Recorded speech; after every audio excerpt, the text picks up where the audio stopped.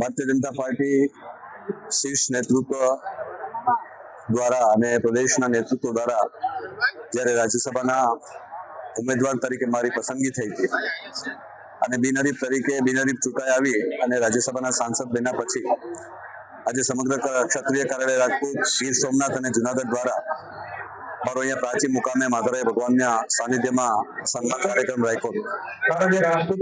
હું ભારતીય જનતા પાર્ટીનું રાષ્ટ્રીય નેતૃત્વ અને પ્રદેશ નેતૃત્વ આદરણીય નરેન્દ્રભાઈ મોદી સાહેબ, નીતિન નવીનજી, આદરણીય ગુજરાતના પનોતા પુત્ર દેશના ગૃહમંત્રી અમિતભાઈ શાહ સાહેબ, આદરણીય ગુજરાતના મુખ્યમંત્રી ભૂપેન્દ્રભાઈ પટેલ, આદરણીય જગદીશભાઈ વિશ્વકર્મા, પ્રદેશ ભારતીય જનતા પાર્ટીના અધ્યક્ષ આદરણીય નાયબ મુખ્યમંત્રી હર્ષભાઈ અને આદરણીય રત્નાકર, આ બધાનો હું આભાર માનું છું.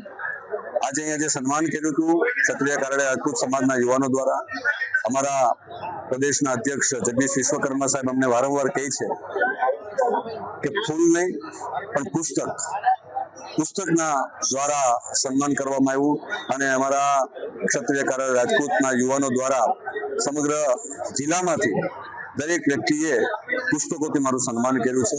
અમારું એક ગુવાહાટીની ગામ છે ને તો 51,000ના જે માત્ર પુસ્તકો લઈ અને મારું સન્માન કર્યું છે.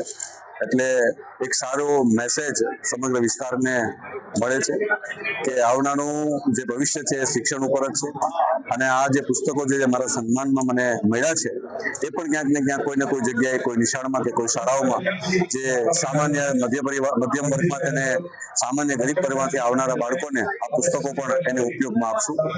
ભારતીય જનતા પાર્ટીના ફરી વખત રાષ્ટ્રીય નેતૃત્વ અને પ્રદેશના નેતૃત્વનો આભાર માનું છું.